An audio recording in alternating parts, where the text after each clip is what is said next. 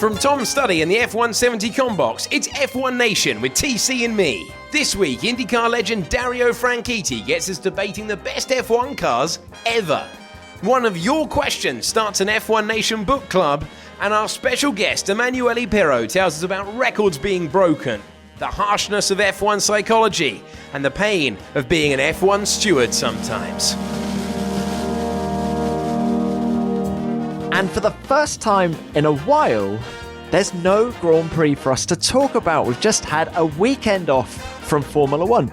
Or AJ, have we? Well, I don't think you can leave it alone, TC. I think you might be addicted. But before we get to you, I actually had a really nice, relaxing weekend. And the reason I had a nice, relaxing weekend is that midweek, I was very much enjoying the lofty standard of F1 esports. The Pro Series was back, and they are separated by hardly anything. It means that we get thrilling races, and unsurprisingly, I made a ton of noise. You love making a ton of noise. You say it's really tight between them, and you've been doing esports for a while now. Is the standard just getting better and better each year? Absolutely. It's the amount of hours that they have to put into the game, TC. Like, if I say as a throwaway, oh, they wake up, load the game, and that's their day, it sounds like I'm being flippant. That's the reality. It really is a case that practice makes perfect for them.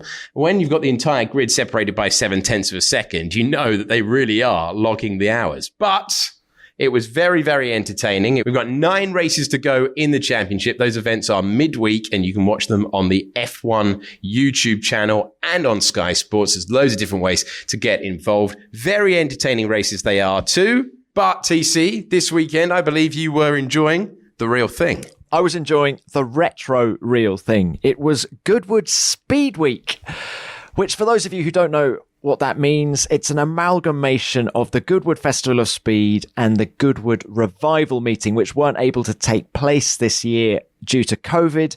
But under very strict COVID rules, we all had face masks. It was behind closed doors. We did get 3 days of action at Goodwood, and it happened over the weekend. And AJ, if I'm sounding a little bit like Barry White, it's because I did a lot of talking and had a lot of late nights, but I loved every minute of it. That's just standard practice for you, TC, isn't it? Yeah. Do you know what? It was amazing. And it feels like a bit of a school reunion whenever you go there, because the motorsport family comes together from every category. Yes, there's Formula One people there, but from other categories as well. People like Dario Franchitti, who, we don't see at races. Wonderful to see him there. And then, what were the highlights? There were so many. I would say the 70th anniversary celebrations was number one for me. Such a brilliant collection of cars. And then you had Jackie Stewart there driving them. Emerson Fittipaldi was there in the Lotus 72, in which he won his first race in 1970 at Watkins Glen. And by winning that race, it meant that Jackie Ickx couldn't win the championship, and Jochen Rindt, who died just a few weeks earlier, became F1's only posthumous world champion. So to see Emo driving that car was wonderful. Damon in Sterling Moss's Lotus 18. It was just, I was a kid in a candy store. And so that was fantastic, but also some amazing racing. Actually, Alex, I loved seeing Alex Brundle, who I know you do a lot of co-commentary with on the PLC. That guy is fantastic in an E-Type Jag. I mean, the thing is never straight. Whoa. We can't have any of this in the pod, okay. TC. Being nice to Alex Brundle. I'm going to tell him, absolutely brilliant in an E-Type lightweight Jaguar in the TT, which was on Sunday night. It's a 1-hour race. I don't think I ever saw him straight in that thing, but beautiful car control. And I could almost see the grin from outside the car. He was absolutely loving it. So really impressed by him. And lots of others. Andre Lotterer, who did 1 Grand Prix. He's a 3-time Le Mans winner. He got out of the car yesterday evening and he said, I was born in the wrong era. I so wish that these were the cars I actually got to race. Do you think there's a lot of drivers that feel that way? I think there's a certain type of F1 driver who wish that they existed a couple of decades before. Who strikes you as another one on that Lotterer-like list? Oh, I completely agree. I mean, every time I go to something at Goodwood, I think, where is Sebastian Vettel? Vettel yes. would love the cars, and I can see him going sideways in a Ford Anglia or whatever he wants to be driving. So I think Seb would love it. I think Kimi Räikkönen is of that ilk as well. Funnily enough, I don't think Lewis is. I think Lewis lives right in the moment. And I think his adaptability within Formula One and how the cars have changed and yet he's repeatedly got the job done. I'm not sure I could see Lewis enjoying those old cars quite so much. But of the young guys, funnily enough, I actually think Lando Norris would enjoy those cars. But I think he's a guy that just loves driving. And I could just see Lando having a lot of fun in one of those cars. You know who really likes his motor racing history and doesn't always crow about it? Kevin Magnussen loves his motor racing history, knows his stats, knows his place in it, likes his place in motor racing. I think we'll see him at events like that in the future as well. And it's got us all nostalgic on F1 Nation because of a question that you put to Dario Franchitti. Dario, a whole bunch of Formula One cars are about to go on track, celebrating 70 years of our wonderful sport. As well as your fantastic career, I know you've got a real feel for the history. Have you got a favourite F1 car? A couple, really. But the late 70s was when I first got into F1. And so it would be between the Brabham fan car, 312 T4, and the Lotus 79. And I think it's got to be the Lotus 79. Really? Yeah. The Brabham fan car was cool, though. Brabham fan car was cool. I was quizzing Gordon about it the other day. I love it. It's just, what a great thing. But, even seeing the Lotus 79 here in the paddock, it just looks right. And with Ronnie's helmet in it or Mario's helmet, it just looks so special. So Lotus 79. Brilliant. Well, I'm finding it harder to pick one. It's like trying to choose from your favourite children, isn't it? So I know there's a hardcore of you out there who listen week in, week out, and we're very appreciative that you listen week in, week out. But there's a super hardcore out there who've been listening since the trailer. And on the trailer for F1 Nation, we said we were going to debate what the best Formula One cars of all time were. And has it been a slightly confusing year where we might have forgotten to do that until right now? Yes, it has been. Taking Dario Franchitti's lead, he's suggested some classics there, TC. Yeah. And he's not wrong with any of those cars. But can I just pick one? Now, go on. This car, what are you going to throw into the mix? This car I'm about to mention is poetry in motion. The Brabham BT52. World Championship winner in 1983 in the hands of Nelson Piquet. Just the most gorgeous looking car, arrow shaped. Gordon Murray, the designer, wanted to get as much weight over the rear wheels as possible to improve traction. So the radiators are very far back. It's got that 1500 horsepower BMW engine in qualifying trim. Ooh. Can you imagine what that must have been like to drive? But also, this is the car, let's not forget, in which we saw refueling taking place properly for the first time in Grand Prix racing. They'd been experimenting with it a little bit the previous year in 82, but this was the year that they went full on with the car design. It's got a small fuel tank for that reason. And, Nelson Piquet won, 3 races. I think his teammate Riccardo Patrese won 1. Renault threw the championship away at the last race in South Africa, and Nelson stole it. And that was another car that was there at Goodwood last weekend in the hands of Nelson's son, Pedro Piquet. And to see it, every time he changed down, the flames coming out of the back of it, just lovely. Lovely, lovely. Really enjoyed seeing that car. How about you, AJ? You must have a favourite as well. I'm just looking at pictures, and you're right. It is such an arrow design. I can see why you've gone for the Brabham BT 52. There's a few that stand out for me. The MP413, Mika Häkkinen's championship winning car from the first year I watched Formula One in 1998. I think that is a beautiful design and livery combination. I think that's such a clean looking race car. It's wonderful. The Lotus 33, Jim Clark's Lotus in that iconic green and yellow from 1965. But the one that stands out above all others for me, and this is going to be controversial, it's the Ferrari from 1990. The Ferrari from 1990, Alain Prost and Nigel Mansell's entry from 1990, the 641. It looks immaculate. It is It's everything that Formula One should be. It's a Scarlet Ferrari. It's all seemingly in one beautiful aerodynamic shape. There's no raised nose. There's no flicks.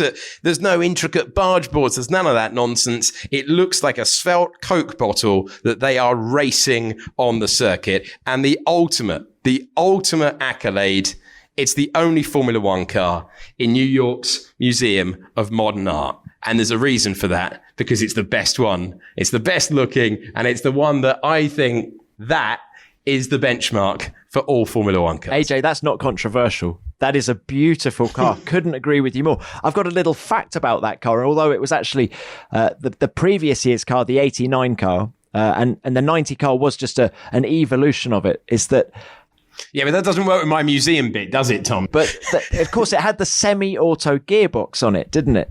John Barnard will tell you that the semi-automatic gearbox on that car was introduced not to make the driver's life easier, not to prevent them from over-revving the engine and blowing it up. It was purely a packaging thing, because there wasn't room in the cockpit for a stick shift. So then he thought, well, how do we get around that? Well, we better do it behind the wheel. We better have some paddles. So that was how that idea came about on that Ferrari, or in fact, the previous year's Ferrari, the 89 car, but it's the same model in effect. I've got one more, AJ. Cool. One more while we're talking about this. The Williams FW14B of 1992. Totally love that car. Its record needs no introduction from me. Remember, Mansell won the opening 5 races of that season, and then the 6th race, he was looking good to win it till he had to come in and change tyres late in the race. And then we had climbing all over the back of Ayrton Senna to finish 2nd. But such a beautiful car. Adrian Newey at his absolute best. So silky smooth, all the lines. I love the fact that the entrance to the cockpit was so small. The wheel, of course, underneath the bodywork, not out of it, which was so often the case back then with the cars. It had a brilliant Renault V10. Although when you ask Alain Prost about this car, or the 15C that he actually drove the following year in 1993, he will say, yes, the aerodynamics were very good, but the semi-automatic gearbox and the active suspension were not as good as the 93 McLaren, because Alain tested the 93 McLaren at the end of 93. And he got out and he just said, well, the main difference between the McLaren and the Williams that year was the Renault engine in the Williams. So there you go. McLaren's active suspension and semi-auto box was better, which I think might explain why Senna was so dominant at Donington in 1993 and the Williams were made to look slightly silly, because he said the rear wheels, when you were changing down, would lock up. Such was the Williams semi-auto box, whereas that didn't actually happen in the McLaren. There you go. Bit of history. And we would love to hear what your favourites are. Hashtag F1 Nation, your favourite F1 car from any era, and why. Hashtag F1 Nation. Intriguingly, though, we've both gone for early 90s designs. And I think there's a lot of that design aesthetic in the new rules and regulations with the way that the cars look from 2022. Well, you described that Ferrari as clean. And I think that's what we're going to think with the new rules that come in 2022. The cars are going to look very clean, easy on the eye. Let's just hope that they can overtake each other. We'd like your thoughts on your favourite F1 car of all time. But we've also had one of your thoughts in. That's right, TC. It's time for the mailbag. And usually this is the part where we just read out nothing but praise. It takes up 5 minutes of the pod and it makes TC and I feel great. So thank you for writing lovely reviews. We're not allowed to say them out, but we do read them all. Let's pose a question. Hashtag F1 Nation. We've been asked by Nave, who says, here's a question for the F1 Nation mailbag. What are your top books on F1, on its history, people, tech or whatever? My interest in the sport has only increased since I listened to the podcast. TC, welcome to the fireside, to the very first F1 Nation book club. What are you picking? This is Jackanory. What a great question, Nave. Now, there are so many good books on racing. It's very difficult to know where to start. If I was to pick 2, I'm going to say my first one is a book that's just called Sterling Moss. It was published back in 1953.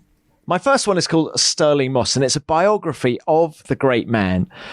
But slightly bizarrely, it was published back in 1953 before Sterling had really done anything. He didn't win his first Grand Prix until 1955, let's not forget. But it is a brilliant insight into the early life of Sterling and what sort of created the phenomenon that became Mr. Motor Racing. So it's a fascinating read written by a guy called Robert Raymond. I really recommend it. A very enjoyable read. And I learnt a lot about Sterling. And of course, let's not forget that he passed away aged 90 earlier this year. That maybe piqued my interest into getting hold of the book. But my other one is How to Build a Car. And it's written by Adrian Newey. And there I was waxing lyrical about the FW14B from 1992, one of his books. But what he's done in this book is just gone through each of his cars. And it's how to build an FW14B. And then he goes into the whole process of how he built it. Then it's how to build an RB6. And then he goes into, and it's just, you learn so much about him, the way he does it, the teams he works for, and also just how all of his designs are interlinked. You know, there are pieces, there are ideas on today's Red Bull that actually started on a Leighton House March back in the late 80s. You know, it's funny how things that work always work, it seems, in motor racing. And Adrian has got the experience just to carry the bits that work through. So a fascinating book. Really recommend that as well. How to Build a Car by Adrian Newey. So those are my two. AJ, what do you got? I've got three for you, TC. I've read it when I was quite young, but I think it holds up very well. It's a great account of Damon Hill winning his World Championship in 1996 from Richard Williams, who is a terrific journalist at The Guardian. And it's just his account of a year unfolding in Formula One. And it's the sort of book that you get a lot in America, where they write romantically about the sports over there in a way that it used to exist far more in the past, but you don't tend to get snapshot books in the same way that Racers by Richard Williams provides a great account of 1996. Just takes you back there, takes you into the moment, what's important. He opens up with a description of the Formula One paddock, which I found interesting as a young boy and held true when I went in there for the first time in 2015, which was, people are just desperate to be seen, to be talking to people who are influential. There's people loitering around looking to be seen, to be having a conversation. The two that I would say are must-reads, both strangely have the same title. I'm not saying ideas in publishing are limited, but they're both called Life at the Limit. Sid Watkins, who was Formula One's doctor for many years, writing a really interesting account. He followed it up with another book, but Sid Watkins, through a really dangerous period of Formula One, his reflections on how safety was improved, the part he played in it, and his relationship with the drivers. That's a riveting read. But my favorite, and I always recommend this one, Graham Hill's autobiography, also called Life at the Limit. You might have to do, like TC said, have to dig around a few secondhand bookshops, but the whole thing reads like a 60s caper. It is a fantastic account of how much fun they clearly had in that era of motor racing. It's a wonderful, wonderful account of the sheer joy of being a racing driver. There was much less TV coverage. So, you know, you're going to be learning a lot of stories through a book like that you wouldn't have seen or heard about because there just wasn't the attention on the sport. Just while you're mentioning Graham Hill, reminds me that Damon wrote a brilliant autobiography called Watching the Wheels. He wrote it very recently, but it was a brilliant account. And I don't think I'm the only person who has interviewed Damon many times, known him for a while, and yet read that book and learnt so much about him. Anne Bradshaw, who did the Williams PR, she said she felt she only really understood Damon having read that autobiography. So yeah, that's another good one. I mean, AJ, we could go on forever. And I think we will. We'll just bring this back. Every week there's not a Grand Prix. We'll come back with new suggestions. Thank you for the question, Nave. Really appreciate it. Just like the cars, if you've got an undiscovered F1 book that you would like to bring to the other members of the nation's attention, we would very much appreciate it. Hashtag F1 Nation. Well, in time-honoured F1 Nation fashion, I say that, we've existed since May, but we have taken a long time to get to our very special guest this week. He is a driver who had an incredible career in motor racing, but you might know him better now for being an F1 steward. He will be taking up that role at the forthcoming Grand Prix in Imola. 40 Grand Prix as a Formula One driver. TC caught up with Emanuele Pirro. Well, I think we might have a new Italian correspondent here on The Nation. I'm joined by 5-time Le Mans winner Emanuele Pirro. Emanuele, lovely to see you. First of all, Lewis Hamilton. Now, you're a man who's been at the top of your sport for many years. Just what are your thoughts on Lewis equalling Michael Schumacher's win record of 91? Well, in a way, it's mixed feelings because I love history of motorsport. So, when the pole position record of Ayrton Senna was beaten, and when the number of wins, it's somehow, I feel certain records need to stay there, but the world is evolving, and so I think the way is driving now and what he's doing and the passion he shows towards the past as well, the respect that he shows towards Senna and towards Schumacher, I think there couldn't be another better person than him. I think the sport is evolving so much, and every new star somehow he goes more towards perfection than the star of before, and also the sport is changing. So whenever there are questions like who was the greatest of all time, I think this is a question impossible to answer. Also, to compare statistics is not that straightforward, because the number of races now are a lot more, and a lot more races. The longevity of the driver is a lot more. Like all the guys of the 60s and 70s, some just died too early, sadly, and some retired because they felt it was a time to pull the plug.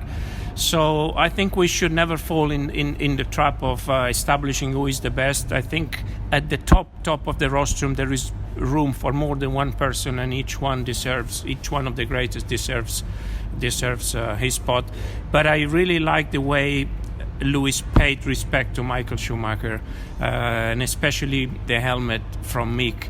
We're living in the present. Formula One and motorsport is a sport of technology, so we have to look at the future. But to see such a respect for the past, I think it's very special. Emanuele, you've had drivers nipping at your heels. You're a 5-time Le Mans winner. How difficult is it to stay at the top of your game in the way that Hamilton has?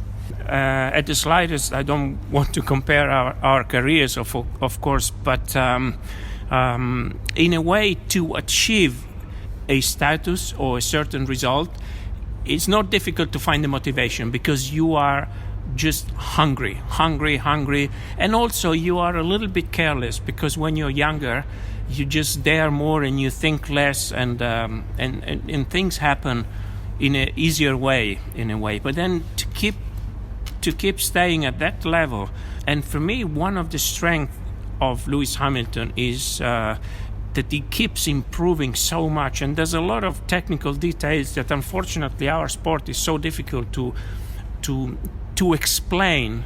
So a lot of people miss out small technical details that only the people in Mercedes know, how he prepares a lap. It's not by coincidence that he always scores pole position at the last lap, because everything is a sort of a preparation.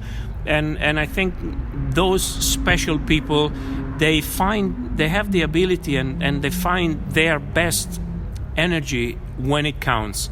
And I think this is what really makes the difference. And what I like, because unfortunately people do not realize from outside how difficult it is to keep to be at such a level. 1 second a lap faster or slower, it makes a great deal of difference. And to find the energy in yourself to be at that high level for such a long time, when you have plenty of results, when you have plenty of money, when you have plenty of ideas of what to do besides what you're doing, it really requires a very special mind. So we have to take our hat off for somebody like him.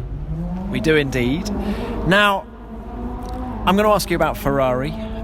As a passionate fan of motorsport as you are, how difficult is it to see Ferrari in this position they're in now?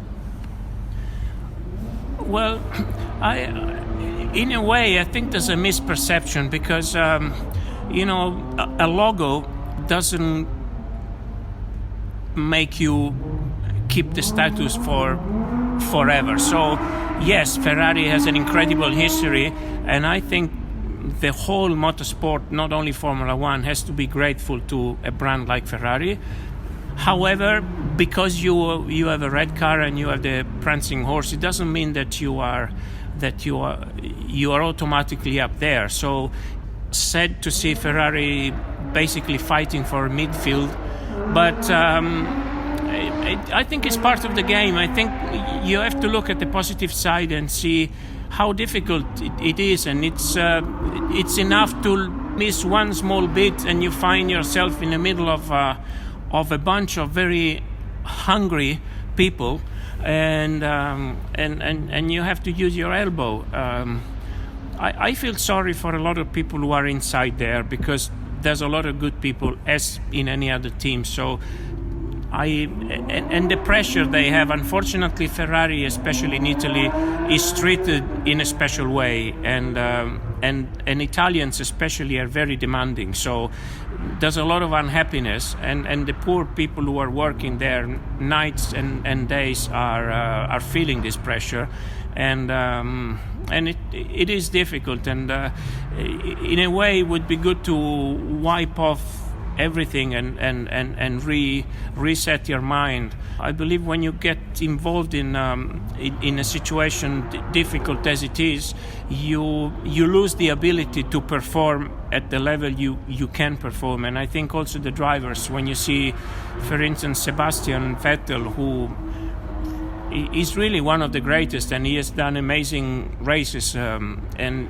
he has won at least 2 of the championships on the last round when the pressure was at its highest, and recently, I think what he did, it doesn't belong to his repertoire and to what he can do. So to me, this is a sign of not really feeling comfortable. And our sport is a sport where it's straightforward. It's a sport of technology. If you're good, you are able to drive a certain lap time and a certain standard, and people do not consider and do not think that drivers, as much as engineers, are human beings. They feel the pressure. They are insecure when things go wrong, and if they are not in their comfort zone, just things do not happen. Many times, it is a scientific sport, our sport, but you have to believe in yourself, and you have to throw your heart a little bit beyond the obstacle. And if you fear to make a mistake, if you start doubting about yourself, just things don't happen. The magic thing and the good thing is that all of a sudden, when things change, you find again the ability of do what you can do, because you haven't forgotten. Momentum. Yeah, momentum and believing in yourself. And this is, for me, in a scientific sport as ours, even the insiders, they tend to forget how human are the humans, and drivers especially, in particular. The sport doesn't allow you, the system doesn't allow you to show weakness. In any other sport, football, ski, tennis, you can go through a period of not such a good form. You don't play very well, but people do not doubt about your ability. People do not think, all you have achieved so far was thanks to good machinery. They just think, okay, you are not going through a good period, let us wait until you find a good form again. It happens. It's impossible to have a sportsman who is at the top all the time. In motorsport, it doesn't happen. A driver cannot show weakness, and team principals, they do not, and teams, they do not feel that. So sometimes a driver looks very self-confident, it looks like his shoulders are broad, but in fact they aren't. And often I've seen in many situations where it would be enough to put yourself or somebody else back in a comfort zone to have the best he can do. Somehow the drivers are seen as an entity who has a certain ability and will always deliver a certain ability. But it is not the case. So if you compare this cheap way of comparing driver's ability, teammate versus teammate. If you say sometimes A is stronger than B, then B is stronger than C, but then C will be racing against A, and is stronger than A. So from a mathematical point of view, it doesn't make sense. But this is just, drivers are human beings, and sometimes people tend to forget about it. Emanuele, that is a fascinating take on the situation at Ferrari. Do you like the direction that Formula One is headed, with cost caps and new regulations coming in 2022? By all means. Since a long time, I thought. Your question is broad. So, aero regulation, yes, by all means, because I think the downforce generated by the underfloor of a car, whether it's a wing or whatever, is a downforce that doesn't leave a lot of turbulence. And when you see Indy cars, they have a hell of a lot of downforce, but they can follow each other quite well. So giving more freedom on the underbody, or generating more downforce from the underbody, I think is definitely a good way to go. In general, honestly, I feel so sad that there's quite some negativeness about Formula One around the world. There's a lot of criticism, and maybe I'm an optimistic guy, but I think Formula One now is producing beautiful races. There are a lot of very good drivers inside the car and outside the car. All the the juniors are really, really good people. Do you have a favourite? Because I operate as a Formula One steward, I cannot say. Not allowed. No. But really, I'm not a fan. Also, I come from Rome. I support both Rome, AC Rome, and Lazio. Inside of me, I never pick somebody. I just support and like the one who deserves to win. This is not a diplomatic answer. Yeah. Well, let's just say Giancarlo Fisichella. He's a Roman. Yeah, well, of course, yeah. But like Antonio Giovinazzi. But my sense of straightforwardness and honesty goes beyond the persons I like and I don't like. And this is helping me also to operate as a steward, because I have sympathies. For instance, when we go back to Canada, when we had to penalize Sebastian Vettel for what he did, 5 seconds, I wanted him to win so badly because I felt sorry for him and I felt he deserved it. But, my sense of responsibility is stronger than that. But all the youngsters, Lando Norris, even Daniel Ricciardo, I like personalities and I like people who have the ability, despite the system, which doesn't allow you so much, unfortunately. Not only Formula One, the whole world, because you have to be so careful about not putting a foot wrong, which is good in a way, but not so good in a way. But despite that, they have the ability to express themselves. Lando Norris is a very young guy, but he's got a personality and he can share it. Daniel Ricciardo, even Carlos Sainz and Russell. There's a lot of good people. So I think Formula One is good. And I think it will be even better with Stefano Domenicali stepping in, because the communication, in my opinion, must improve. There's too much negativeness around. Even the media and the stakeholders, they criticize the poor number of overtaking, which to me it has very little to do with the spectacle, because what you want is intensity of a race. You don't measure the spectacle with the number of overtaking. Remember Senna in Monaco, I think it was 92, when he was holding Mansell. For God's sake, this was one of the masterpiece of driving, but there was no overtaking. So I think Formula One must present itself in a more friendlier way, and probably Stefano Domenicali can do that.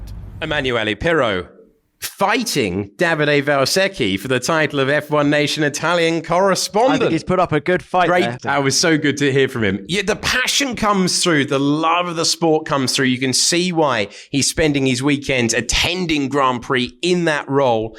A lot of people, TC, will be intrigued to hear him talk about the agony that he felt dishing out that penalty to Sebastian Vettel. Poor Emanuele, I know. He got a lot of abuse on social media for making that call. And I think he just proved then that, he's just trying to do the right thing, and it's head over heart. And to hear him say, I love Sebastian, I didn't want to penalise him, but he has to do what's right. It's a very difficult role being a driver's steward, any of the stewards in Formula One. Very often you're damned if you do and you're damned if you don't. And so I have huge respect for these drivers who have had brilliant careers. As you said at the top, he raced 40 Grand Prix between 1989 and 1991, 5-time Le Mans winner, and yet he's still opening himself up for all the criticism that comes very often with being a steward. So huge respect to him for that. The one thing I'd say that has totally put F1's penalty process into a different light in recent years, I think, is the application of VAR in football and the mess that football is getting into week in, week out with a rule book that has been established for a very long time. I think it casts a better light on how F1 has applied what is a very complicated rule book. I mean, you try explaining to someone, Lewis Hamilton couldn't win the Russian Grand Prix because he parked in the wrong place at the start of the race. No. Not when they were forming up on the grid. No. The bit before they were forming up on the grid. No, not when the lights went out. I mean, that is a long explanation. He was in the pit lane. No, he wasn't in the pit lane. I mean, that is how complex the rule book can be and what you can be penalised for. Football right now can't get an offside right. I think F1 does a decent job, and I do not envy Emanuele Pirro, especially when you could be dishing penalties out in a championship clinching race. Well, we've nearly come to the end of another F1 Nation, but another week, another new Grand Prix, and I'm excited about this one because it looks a roller coaster of a track. TC, F1's heading back to Portugal. It's going to be fantastic. I've been there once before for a Formula One test that was staged in 2009. Memories of that are it's hugely undulating, bit of a roller coaster ride, lots of blind brows. Overall, I think it was the drivers saying how bumpy the track was. Now, I know it's been resurfaced, and I was asking people at the weekend at Goodwood who have been there recently, what are the bumps like now? And they said, well, they've resurfaced the track over the bumps. So the bumps are still there, apparently. But it's going to be very exciting to go to a new track because I think a lot of people associate the Portuguese Grand Prix with Estoril. And we haven't had a Portuguese Grand Prix since 1996, TC, but it has a lot of F1 history there. Ayrton Senna's first win and a rather special pass from Jacques Villeneuve, which, apart from winning the championship, probably the highlight of his career is overtaking Michael Schumacher around the outside. Around the outside of the Parabolica Ayrton Senna, that long right-hander at the end of the lap. That was a very special moment, and that was a very special moment, and I think it was the race where Jacques properly arrived in Formula One. Yes, he'd had a good year in 96, but he'd been beaten really by Damon Hill. It was the penultimate race of that year's championship, and I think everyone thought that Damon was going to clinch it, but the racer in Jacques Villeneuve came through in that race when he went round the outside of Michael Schumacher there, and there was certainly a lot of love for him after that Grand Prix. True, Ayrton Senna's first win in the wet in 1985. He won by more than a minute. In fact, there's a lot of associations with Senna for me and that racetrack, because I also think of 1993 when Mika Hakkinen, who'd been the test driver for McLaren that year, drafted in after Michael Andretti was sent back to America with his tail between his legs, and Mika comes in and immediately out-qualifies the qualifying god that is Ayrton Senna. Okay, by less than a tenth of a second, but it still gave a new narrative and lots for us to talk about. I'll go back and check this, but I'm sure that when Ayrton Senna asked Mika for a technical debrief of how he had beaten him in his debut qualifying session in Formula One, Mika responded, bigger balls. So it's from Estoril to Portimao. Can't wait. I think it's going to be the sort of track where it's a spectacle, even if we don't get the greatest race, because it is such a good layout. We can't wait. We know that you'll be looking forward to it as well. That's all we've got time for this week on F1 Nation. We will speak to you next.